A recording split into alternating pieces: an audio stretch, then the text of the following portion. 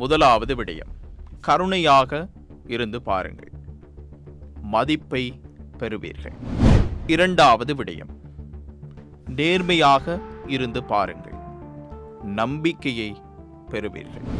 மூன்றாவது விடயம், அமைதியாக இருந்து பாருங்கள், நிம்மதியை பெறுவீர்கள். நான்காவது விடயம், அன்பை முழு மனதோடு கொடுத்து பாருங்கள், மகிழ்ச்சியை இரட்டிப்பாக பெறுவீர்கள். ஐந்தாவது விடயம், யாரையாவது காயப்படுத்தினால் அதைவிட பல மடங்கு காயத்தை திரும்பப் பெறுவீர்கள். இந்த உலகத்தில் எதை கொடுக்கிறீர்களோ அந்த விடயத்தை மீண்டும் பல மடங்காக பெறுவீர்கள். ஆகவே எதை கொடுக்கிறோம் என்பதில் கவனமாக இருங்கள். கொடுப்பது சரியாக இருந்தால் கிடைப்பதும் சரியாக இருக்கும்.